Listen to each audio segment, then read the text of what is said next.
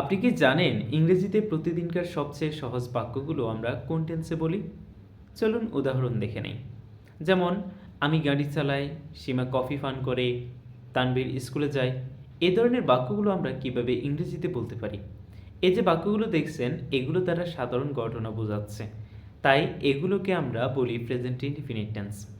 Present indefinite মানে হলো subject, তারপর ভার্বের বেস ফর্ম, তারপর এক্সটেনশন। তবে একটা বিষয় খেয়াল রাখতে হবে, সাবজেক্ট যদি থার্ড পারসন সিঙ্গুলার হয় অর্থাৎ হি, শি, ইট বা একবচন হয়, তাহলে ভার্বের শেষে অবশ্যই এস বা ইএস যুক্ত করতে হবে। এবার উদাহরণ দেখা যাক। আমি গাড়ি চালাই, আই ড্রাইভ এ কার। এখানে আই হলো পাস্ট পারসন সিঙ্গুলার, তাই ভার্বের সাথে এস বা ইএস প্রয়োজন হয়নি। সীমা কফি পান করে, সীমা ড্রিঙ্কস কফি। এখানে সাবজেক্ট হলো সীমা অর্থাৎ থার্ড পারসন সিঙ্গুলার, তাই ভার্ব হয়েছে ড্রিঙ্কস।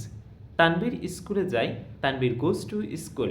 এখানে তানভীর একবচন, তাই ভার্ব হয়েছে গোজ। এখন চলুন আরও কিছু উদাহরণ দেখি। সে গান গায়, হি সিংস এ সং।